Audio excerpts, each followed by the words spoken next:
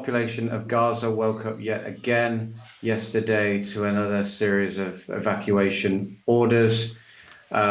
People ordered to evacuate and move from an area that had previously been declared safe into further west into other parts of Gaza, which are already cramped, already heavily overcrowded. We estimate that about 250,000 people are living inside the affected area, and as of sundown yesterday, about 150,000 of those people, we believe, had moved. We have lots of people on the ground monitoring movement. We have hundreds of staff working in our facilities in that area, and those were the estimates that we were able to gather. And look, the reports coming back from colleagues on the ground were deeply upsetting, deeply disturbing in terms of the conditions that people find themselves in. People on donkey carts, in wheelchairs, with black bin liners, quite distraught, a sense of panic, because I think this time the evacuation orders were issued and they fall out of the sky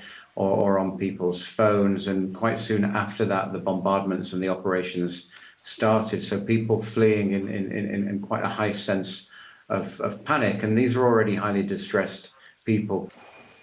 The Israelis put the onus for the humanitarian operation on the UN. I've got a tweet here from your Commissioner General, Philippe Lazzarini, who said yesterday, or this is Sunday, teams were travelling in clearly marked UN armoured cars wearing UN vests and came under fire. 5 bullets fired at the vehicle they were travelling in. What can you tell us about that incident and what the response of the Israelis has been? I'm not aware of the response of the Israelis at this point in time. I imagine it's being investigated. I mean, this was a very, very near miss for our staff who were on their way heading north. Had they been in the back seat of the car, we'd be dealing with a very different situation. There's been a similar incident today involving UNICEF at the same checkpoint, I believe. And that really just talks to the level of insecurity and the dangers and the risks that the entire population of Gaza is exposed to, including humanitarian workers who have protected status under international law. And look, UNRWA is already counting almost 200 of our staff amongst the dead over the past 10 months, which is more than the United Nations has ever recorded in any conflict anywhere in the world. Now, breaking records isn't the right phrase for it. It's really plumbing the depths in terms of the despair and the savagery of what's happening, and what unfortunately shows no sense of, seems to be no closer to coming to an end, at least not if you're a person inside Gaza who yet again is being forced to flee. Well, on that issue, Sam, you'll be aware that the daily TikTok of events in Gaza has sort of drifted off the news agenda as we deal with the politics in the United States.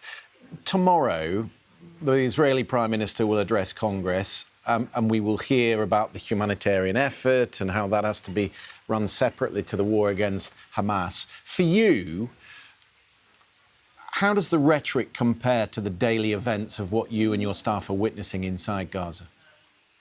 I mean, I think a few things. I think that the rhetoric, which is often adversarial, is not helpful. It makes our staff feel more insecure and more at risk at a time when we have to be doing everything collectively, including Israel, including Hamas, to meet the humanitarian needs or support the humanitarian needs of the population. It undermines that. I think we are a world away from the political rhetoric and the geopolitics of all this to the realities of life on the ground for people in Gaza, desperate for a ceasefire, but also fearful of what comes next in terms of their ability to put their lives back together, what they're dealing with in terms of loss, in terms of homes, limbs, family members, livelihoods, etc. And I think the other thing I would say is, as you said, Christian, it's a normalization of all of this that sadly becomes doom scrolling on mobile phones. We almost treat as normal now that 70, 80 people